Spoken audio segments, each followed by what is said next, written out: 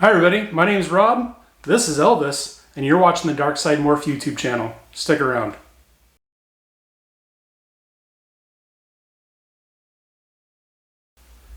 So yes, this is the Dark Side Morph YouTube channel, and this is our very first video. This is the premiere of this channel. Although this is a new channel, it is not my first. I've actually been doing YouTube for about 5 years now. My other channel is called Cherry City Guns and Ammo.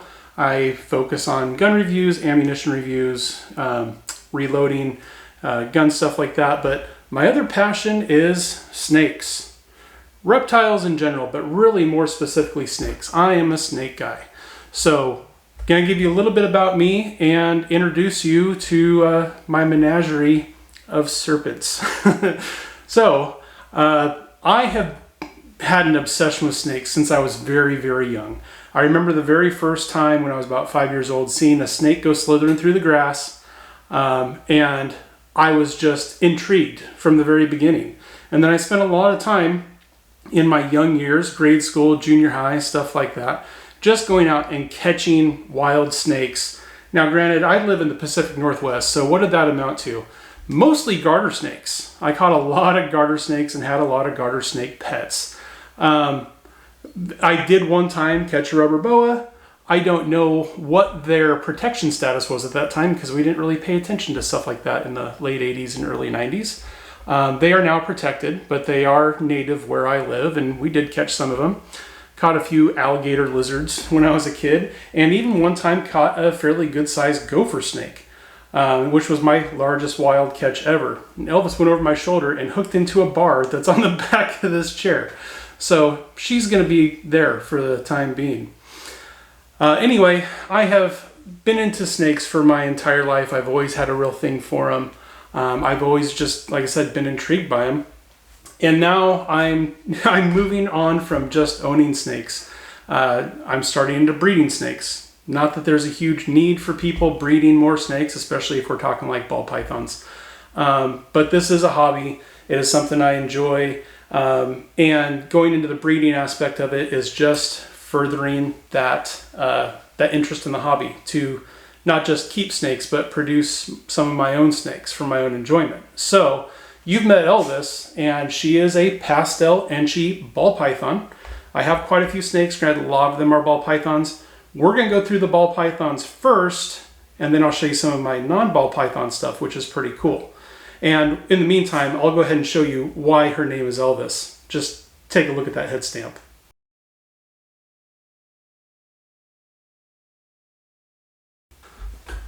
Well, I've been recording this whole time. That really took some effort to get her unwrapped from the back of my chair. Apparently she just wanted to go to explore. But yeah, we'll show you the difference between her head stamp and why I've got a girl, but her name's Elvis. Next up is a pretty interesting looking girl. We'll be right back. I'm sure by now, if you paid attention to the name of my channel, you've gathered that I have kind of a thing for Star Wars, but I really have kind of a thing for a lot of stuff. I have a lot of big fiction things that I'm a really big fan of and kind of nerd out about. And that's going to become more apparent as you meet some more of my snakes. And as I throw out the names, I'm not going to tell you what they're there for, but jump down in the comments and say if you know where the name came from. This is my next female adult ball python. She is a spider morph, and don't let the spider morph fool you. They're not all bad. She absolutely has no wobble, and if you don't know what I'm talking about, it's a condition that is common in the spider morph where they have a little bit of a head wobble. Sometimes it's really extreme, sometimes it's barely noticeable. This girl has absolutely no head wobble at all, at any time. And so far, none of the babies she's produced, not that she's produced for me, but the guy I got her from ensures me that no baby she's ever produced has had the wobble. And a lot of people say that it's a neurologic disorder. That's something in their brain that throws off their balance. It's actually a deformity of the inner ear, and it causes them to have some balance issues. But she does not show that at all. And along with being a spider, she is an orange dream, and she's het for clown. Which means she carries the recessive clown gene, even though it's not something that you can see in her, which means if I breed her to a full clown male, half of the babies approximately will be clowns and approximately the other half will be het for clown like she is. And the real goal here is to produce some orange dream spider clowns, which would be really, really cool. But no matter what, she's going to produce some really cool babies. So that is Shelob. Jump down in the comments, see if you can tell me where that name came from. All right, the next breeder female, I'm going to edit in some B-roll to show her. I'm not pulling her out because, as you're probably seeing right now in the video, she is deep in blue. So I'm not going to mess with her being that deep into blue, which, if you don't know what that means, it means that she's preparing to shed her skin, as snakes do from time to time. And it's just the first step in that process of shedding. And it makes them virtually blind and allows them to get really easily stressed out. And so we're not going to stress her out. I'm just going to show you some B-roll of her in the rack. This is Siren. Siren is a normal het clown. This is her first breeding season with me, but she has been a breeder from the guy that I got her from for quite a while, and has produced a lot of great clown and het clown clutches. So she is a definite het clown female, and I've seen pictures of her previous clutch. All right, next up we've got a subadult female, and her name is Beatrix Kiddo. She is a fire Mojave clown, and she just has incredible color, incredible markings.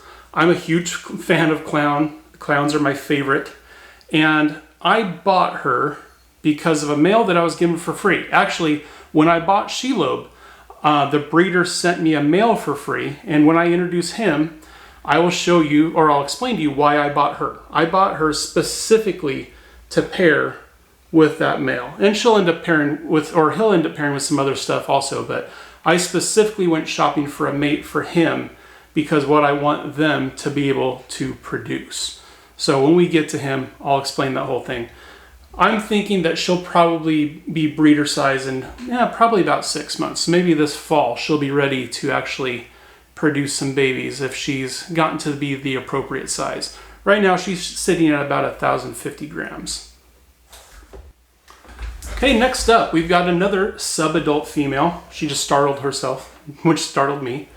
This is Bagheera, and Bagheera is a leopard. Look at that incredible pattern. And she's pastel. You can tell that by her light colored head stamp and her green eyes. Pastel gene causes green eyes, which is really cool. But more importantly, she's like Shelob, she's het for clown. So when bred with a full clown, approximately 50% of her babies will be clowns, and the whole goal is I want to produce leopard clowns because the combination of the leopard pattern with clown is quite amazing. And she's also a subadult, kind of like Beatrix Kiddo is. She's sitting just under 1,000 grams, so she's a little bit lighter than Bagheera. And we're looking to get them to about 1,500 grams before we start breeding. But that is Bagheera. All right, next up we've got a subadult male. This is the male that was given to me for free, which caused me to go out and buy Beatrix Kiddo to be his mate. So what he is a lesser, also known as butter, which looks incredible, and he's het for clown. Now, why did I specifically buy Beatrix Kiddo to be his mate? Lesser and Mojave, remember she is a fire Mojave clown, lesser / butter, whichever name you know it by, and Mojave are both part of the blue-eyed leucistic complex. So my goal with these two is, number one, they will produce some clowns because he's het for clown and she's a full clown. But I'm hoping that we'll get some more interesting stuff like blue-eyed leucistics. So if you have two genes from the blue-eyed leucistic complex mix, you'll end up with a blue-eyed leucistic, which, if you're not familiar, is a pure white snake with blue eyes. They're really cool. But then I also want to see if I can produce some blue-eyed leucistic clowns. Now, like I said, it's going to be an all-white snake. How are you going to know that it's clown? Well, supposedly, you'll be able to see some of the pattern under black light. So I think it'd be super cool to have a pure white snake that you flash them under the black light and you can see that clown pattern. I think that'll be really, really neat. And with the fire and everything else in there, even their babies that aren't clowns or aren't blue-eyed Lucies should still be really, really neat looking snakes. Oh, and this guy, his name is Monty, as in Monty Python. My niece and her husband were over here this last week meeting my snakes, and I told them that, and clearly we're of completely different generation because they just looked at me and blinked and had no idea the joke I was making when I said that his name is Monty Python. If you're old enough to get that reference, go down in the comments and let me know that I'm not alone in my old age. As you can see, we've mostly kind of been working from biggest to smallest, but this is switching it up a little bit. About to introduce you to my only breeder size male that I have at this point in time. And his name is Anakin. Anakin is a clown, as you can see by those head stamp markings, and he's inchy. And he is Orange Dream, which is just stunning on him. And he's also het for piebald. And so, yeah, he's Anakin because I'm a Star Wars nerd, and he has no arms and no legs and looks like he maybe was set on fire at some point. Not literally, but just his coloration.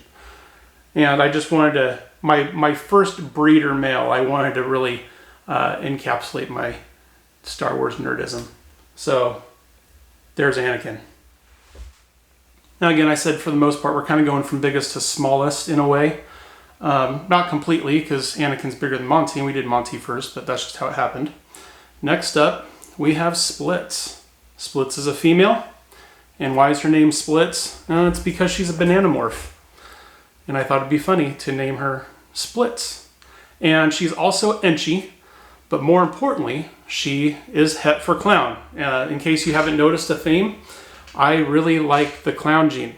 So my goal with her is to produce some banana clowns. And I think those will be really stunning. And I'm a big fan of the banana morph in general. The coloration is just really beautiful. And even if the babies that she produces that aren't clowns, the banana inchy is really stunning. And if she's paired with Anakin, they can be super inchy. They could be banana orange dreams. There's a really big variety of really cool combos that could come from these two pairing up. So that is Splits. Next up, we got another favorite of mine. She's way up there. She's way up near my favorite of my ball pythons. This is Saphira. Let me know if you know what that name comes from. Saphira is piebald, first off. You can see those patches of pure white with no color and no pattern in them, which I'm a big fan of pied, but I don't necessarily like the high white pieds. I like my piebald snakes to be like 50% white or less. And she's a low white pied, which is fairly standard for an inchy, which she's inchy.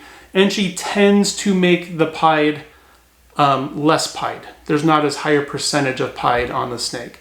And along with piebald and inchy, she's also a firefly, which is a name that's a combination of two genes. That's a combination of fire and pastel. And she has the very distinctive green pastel eyes. And she's a real stunner. She's got a long ways to go before she's able to breed. She's only sitting at about 300 grams. So she's got to get a lot more size on her. But I can't wait to see what she produces for me down the line. I just don't know if I'm going to pair her with one of the two males that I currently own, or if I'm going to get something else that's piebald or het pied. Like I said, Anakin's het pied, so we might just stick with him because that orange dream and everything else is so cool. And then they would have a bunch of het clown babies because he's clown and she is not. But Saphira is a real stunner. I love her. All right, up next is another young female. And she's fairly simple. She doesn't have a whole lot going on, but I love her coloration. This is Kiki. She is a inchy cinnamon. And that cinnamon coloration is just stunning. And I don't know how well it comes across on camera, but it really is gorgeous. And the name Kiki comes from my wife. My wife named her. My wife has claimed her. This is my wife's snake. We went to Waikiki in January of 23, and we had a really high hotel room facing the ocean on the south side of the island. So we were treated to some incredible sunsets while we were there on Waikiki. And so her full name is Waikiki Sunset, Kiki for short. And she's a stunner, and she's a wonderfully handleable, inquisitive, curious ball python that really is a joy to handle. We're on to my very last ball python. This is Ghost. Ghost is a Mojave pinstripe Enchi, and she is really gorgeous. This dark gray coloration and just those hints, let me see if I can get this to focus better, of the pinstripe that's in her really looks really cool, and I really love the look of her head. So she's another one that later on Monty can breed with, and they would produce some blue-eyed leucistics, but then they could also produce a whole bunch of other things. Pinstripe is a very old morph, very popular, been so for a very long time.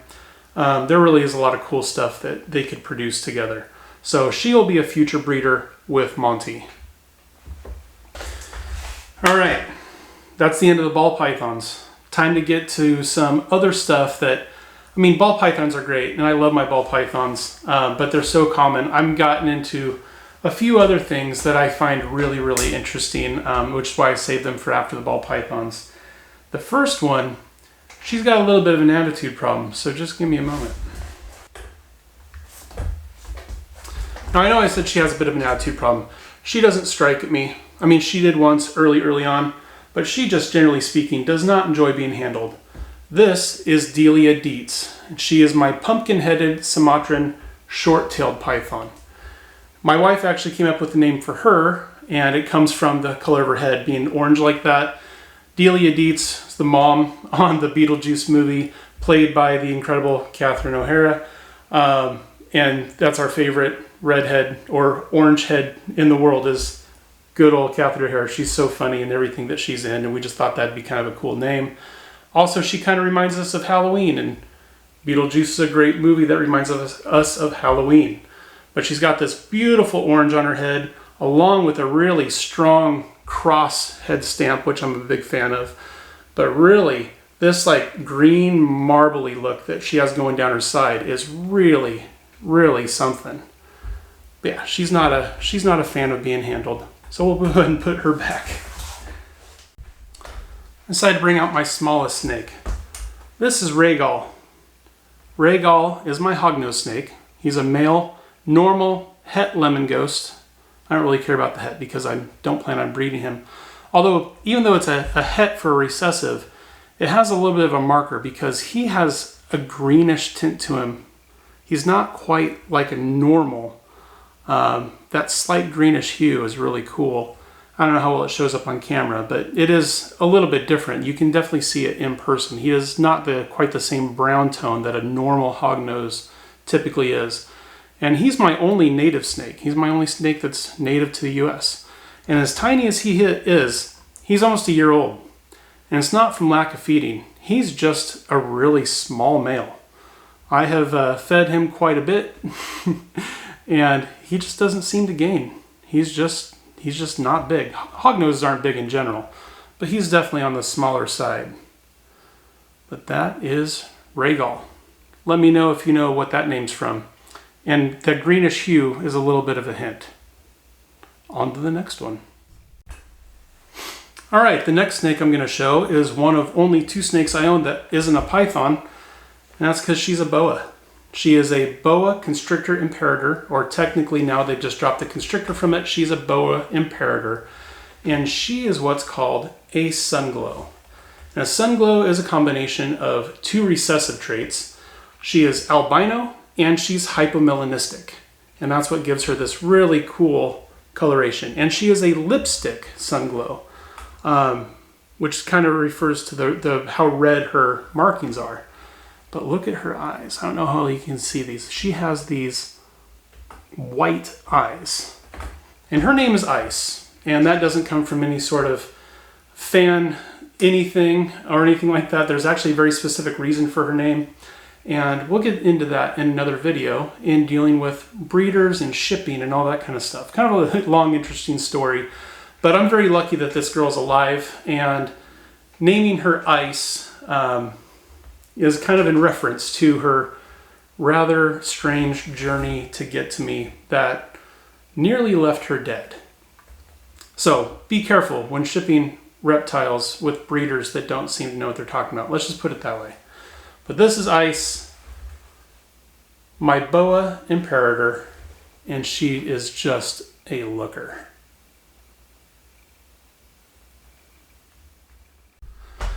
Alrighty, I absolutely saved my favorite for last. This is my favorite snake coming up.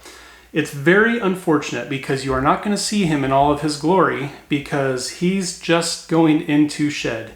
This time tomorrow he will be deep in blue where I will not be messing with him at all. Right now he's just going into it and his colors are very muted, very faded, but don't worry, he's going to get featured a lot on this channel because I'm such a huge fan of him. He is a dwarf reticulated python. He is 50% Jampea, which is a locality. Jampea is an island. So he's half Jampea, half mainland. Same species, it's just a locality difference. And he is a platinum motley. And you're going to have to believe me on the platinum part. You'll see it when he's not in shed. But I don't know how you can see his eyes, but they got a good haze to him because, yeah, he's going into shed.